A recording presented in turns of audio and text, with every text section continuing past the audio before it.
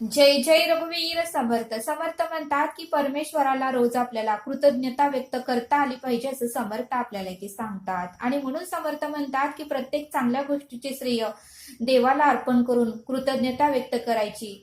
समर्थ म्हणतात की प्रत्येक चांगल्या गोष्टीचं श्रेय देवाला, त्या परब्रह्माला अर्पण करून कृतज्ञता व्यक्त करायची. एखादी चांगली गोष्ट आपल्या हातून झाली तर समोरची व्यक्ती आपलं कौतुक करते. समर्थ म्हणतात की एखादी गोष्ट आपल्या हातून चांगली झाली की समोरची व्यक्ती आपलं कौतुक करते. आपल्या हातून एखादी भाजी छान झाली की समोरची व्यक्ती कौतुक करते. आपल्या हातून घरातील सर्व माणसांसाठी आपण स्वयंपाक करतो, त्यावेळेस ते स्वयंपाक छान झाला म्हणूनही घरातील प्रत्येक कुटुंबातील व्यक्ती हे आपलं कौतुक करते. त्यावेळेस आपल्याला आनंद होतं, समाधान प्राप्त होतं आणि आपल्याला वाटतं की आपण एवढं कष्टानं स्वयंपाक केला पण खरंच उत्तमच झाला आणि सगळ्यांनी माझं कौतुक केलं, त्यामुळे बघा म्हणले समर्थ आपल्याला किती आनंद होतो म्हटले. मग त्या परब्रह्माचं, त्या परमेश्वराचं जर आपण कौतुक सतत करत राहिलो तर त्या परब्रह्माला, त्या ईश्वराला किती आनंद होईल असं समर्थ आपल्याला इथे सांगतात. आणि म्हणून समर्थ म्हणतात की प्रत्येक काम हे परमेश्वराने करून घेतलं असं आपल्याला म्हणता आलं पाहिजे. परमेश्वराला आपल्याला प्रत्येक कामाची कृतज्ञता आणि आभार आपल्याला व्यक्त करता आले पाहिजे असं समर्थ आपल्याला इथे सांगतात. आणि परमेश्वराला रोज म्हणायचं की तू माझ्याकडून उत्तमाची कामं आज करून घेतली. दिवस दिवस ज्यावेळेस आपल्याला उत्तमाचा दिवस मिळतो त्यावेळेस त्या दिवसाची सुरुवात ही परमेश्वराला निवेदन ठेवूनच करायची.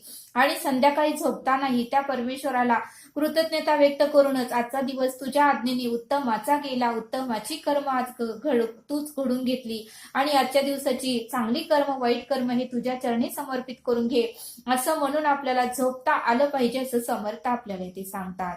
आणि म्हणून समर्थ म्हणतात की आपल्या आयुष्यामध्ये घडणाऱ्या प्रत्येक कृतीचे संपूर्ण श्रेय, आपल्या आयुष्यामध्ये घडणाऱ्या प्रत्येक कृतीचे संपूर्ण श्रेय ईश्वर आणि गुरु यांना दिल्यावर मनाला एक स्थिरता प्राप्त होते. आपल्या मनाला एक स्थिरता प्राप्त होते आणि आपला परब्रह्मावर आणि देवावरचा विश्वास वाढतो असं समर्थ आपल्याला इथे सांगतात. आणि सतत कृतज्ञता राहिल्यामुळे आणि सतत देवाला बोलत राहिल्यामुळे देवावरची श्रद्धा, देवावरची, त्या परब्रह्माची ही श्रद्धा आपल्यावरची वाढते असं समर्थ आपल्याला इथे सांगतात. आणि सतत कृतज्ञता आणि आभार मानल्यामुळे आपल्या प्रयत्नामध्ये सातत्य निर्माण होते, आपल्यामध्ये सकारात्मक विचार येतात आणि आपल्यामध्ये उत्तमच विचार येतात असं समर्थ आपल्याला इथे सांगतात. आणि म्हणून समर्थ म्हणतात की सतत जर देवाला आभार मानत राहिलो, सतत कृतज्ञता व्यक्त केली तर आपल्याला प्रत्येक क्षणातून आपल्याला आनंद घेता येतो, आनंद प्राप्त होतो असं समर्थ आपल्याला इथे सांगतात. समर्थ म्हणतात की परमेश्वराला रोज उठल्यानंतर म्हणायचं की आज तुझ्यामुळे दिवस बघायला मिळाला आणि तुझ्या आज्ञेनेच आजचा दिवस उत्तमाचा जाऊ दे. आणि ज्यावेळेस आपल्याला जेवण मिळतं, चहा मिळतो, त्यावेळेसही म्हणायचं की आज तुझ्यामुळेच आम्हाला जेवण मिळालं, तुझ्यामुळेच आम्हाला चहा मिळाला. आणि दिवसभराची कामं झाल्यावरही आज तुझ्यामुळेच उत्तमाचा दिवस गेला. आणि नामस्मरण ही घडल्यावर की तूच आमच्याकडून उत्तमाचं उपासना करून घेतली, नामस्मरण करून घेतलं आणि जे काही उपासना नामस्मरण करून घेतलं आहे ते तुझ्या चरणी समर्पित करून घे अशी आपल्याला कृतज्ञता त्या परब्रह्माला, त्या ईश्वराला करता आली पाहिजे असं समर्थ आपल्याला इथे सांगतात. समर्थ आपल्याला एक बोध सांगतात. समर्थ म्हणतात की नामदेवाची अखंड त्या विठ्ठलावर भक्ती होती, अखंड नामस्मरण करत होते, पण गावकऱ्यांना मात्र ते आवडत नव्हते. नेहमी नामदेवांना कमी लेखत होते, नेहमी नामदेवांचा अपमान करत होते, नेहमी नामदेवाला म्हणायचे की तुझी भक्ती श्रेष्ठ नाही, उगच तू विठ्ठलाचं नामस्मरण करतोय, विठ्ठल काय तुझ्या मदतीला येतोय का, असं नेहमी त्यांना बोलत होते. पण नामदेव मात्र त्यांच्याकडे दुर्लक्ष करत होते आणि सतत नामस्मरण करत होते, श्री हरी विठ्ठल, जय हरी विठ्ठल. मग एकदा मात्र गावकरी लोकांनी ठरवलं की आता नामदेवाची आपण परीक्षा घ्यायची. मग एका गावामध्ये एक गाई आजारामुळे त्या गाईचा मृत्यू झाला होता. त्यावेळेस सर्व गावकऱ्यांनी ठरवलं की आता ही मृत्यू झालेली गाई, ही मेलेली गाई आपण नामदेवाच्या समोर ठेवायची आणि नामदेवाला सांगायचं की ही गाई तुम्ही जिवंत करून दाखवा. त्यावेळेस नामदेवांकडे ती गावकरी लोक गाई घेऊन आले. त्यावेळेस नामदेवांना काहीच कळेना. नामदेव म्हणाले ही गाई कशी काय मृत्यू झाला हिचा. त्यावेळेस गावकऱ्यांनी लोकांनी सांगितलं की हिला एक आजार झाला होता आणि त्यामुळे हिचा मृत्यू झाला आहे. तुम्ही जर अखंड त्या विठ्ठलाचं नामस्मरण करता, तुमची विठ्ठलावर श्रद्धा आहे, तुमचा विठ्ठलावर विश्वास आहे, तर तुमच्या विठ्ठलाने या गाईला जिवंत केलंच पाहिजे. तरच तुमची भक्ती श्रेष्ठ आहे, तरच तुम्ही श्रेष्ठ आहे, तुमचं नामस्मरण श्रेष्ठ आहे आणि तुम्ही म्हणता ते सर्व काही श्रेष्ठ आहे असं आम्ही समजू. त्यावेळेस नामदेवांना काहीच कळेना आणि ते विचारात पडले आणि त्यांनी गावकऱ्यांना शब्द दिला की मी या गाईला जिवंत करतो, फक्त तुम्ही 2 दिवसाचा वेळ मला द्या, 2 दिवसाचा टाइम मला द्या. त्यावेळेस गावकरी ठीक आहे म्हणाले. 2 दिवसांनी मात्र गाई तुम्ही जिवंत केली नाही तर तुमची भक्ती श्रेष्ठ नाही असं आम्ही समजू आणि मग मात्र तुम्हाला आम्ही म्हणल तसंच वागावं लागेल. नामदेव म्हणाले ठीक आहे आणि गावकरी लोक ती गाई नामदेवांकडे ठेवून तसेच निघून गेले. नामदेव मात्र विठ्ठलाचं नामस्मरण करत राहिले. पूर्ण 1 दिवस गेला, दुसऱ्या दिवस ही संपत आला. त्यावेळेस मात्र नामदेवांनी अखंड विठ्ठलाचं नामजप चालू केलं आणि दुसऱ्या दिवस संपायला थोडा वेळ बाकी होता.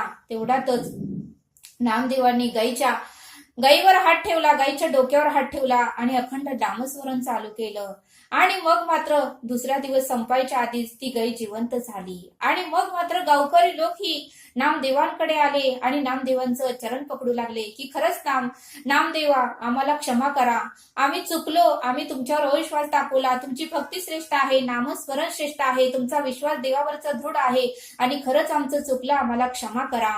त्यावेळेस नामदेवांनीही सर्वांना क्षमा केलं आणि ती गाई ज्या शेतकऱ्याची होती त्या शेतकऱ्यानेही ती गाई आपल्या घरी घेऊन गेला.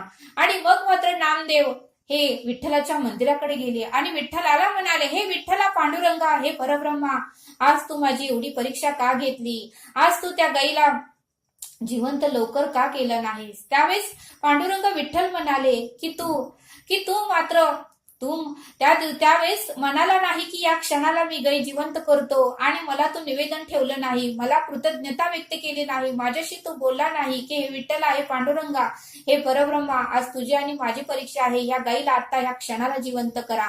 तर मी त्या क्षणाला केलं असतं, पण तू मात्र गावकरी लोकांना 2 दिवसाचा कालावधी मागितला आणि त्यामुळे मला ही 2 दिवस वाट बघावी लागली आणि म्हणूनच मी ही दुसऱ्या दिवशीच गाईला जिवंत केलं. त्यावेळेस नामदेवांनी ही विठ्ठलाची माफी मागितली, हे परब्रह्मा माझं चुकलं, मी त्या क्षणाला जर गावकऱ्यांना म्हटलं असतो की माझा विठ्ठल या गाईला नक्कीच जिवंत ह्या क्षणाला करेल, त्या क्षणाला तुम्ही केलं असतं, पण तरीही दुसऱ्या दिवशी तुम्ही गाईला जिवंत केलं, त्याबद्दल मी तुमचे खूप आभारी आहे. कृतज्ञता मी व्यक्त करतो की तुम्ही माझ्या निवेदनाची पूर्तता केली, तुम्ही माझं ऐकलं आणि तुमच्यामुळेच हे सर्व काही घडलं, नाहीतर मी हे काहीच करू शकलो नसतो. तुम्ही माझ्या आतमध्ये आहे, माझा अंतरीचा आत्मा म्हणजे तुम्ही आहे आणि तुम्ही माझं ऐकलं आणि म्हणूनच ती गाय जिवंत झाली, तुमच्यामुळेच झाली आणि खरंच तुमचे धन्यवाद आणि खरंच मी तुमचे आभारी आहे. आणि पांडुरंगांना त्यांनी साक्षात दंडवत घातला आणि अखंड नामस्मरण चालूच ठेवलं. बघा म्हटले समर्थ, या बोधातून हेच आपल्याला शिकायला मिळतं की नामदेवांनी पांडुरंगाची कृतज्ञता व्यक्त केली, पांडुरंगाचे आभार व्यक्त केले, पांडुरंगाशी बोलत राहिले, त्याच्यामुळे त्यांचाही विश्वास पुन्हा वाढला आणि अखंड नामस्मरण चालू केलं. म्हणून समर्थ म्हणतात की प्रत्येक दिवसाची सुरुवात ही परमेश्वराला बोलत राहून आणि परमेश्वरा तुझ्यामुळेच घडलं, तुझ्यामुळेच सर्व काही उत्तमाचं घडत आहे आणि तू ह्या देहाकडून उत्तमाची कर्म तूच घडवून घे, असं आपल्याला कृतज्ञता व्यक्त करता आली पाहिजे, बोलता आलं पाहिजे. त्याच्यामुळे आपला विश्वास वाढतो, देवावरची श्रद्धा वाढते, भक्ती वाढते, आपलं मन स्थिर होतं, असं समर्थांनी आपल्याला इथे सांगितलं. तरी आता आपण इथेच थांबू. धन्यवाद. जय सद्गुरू.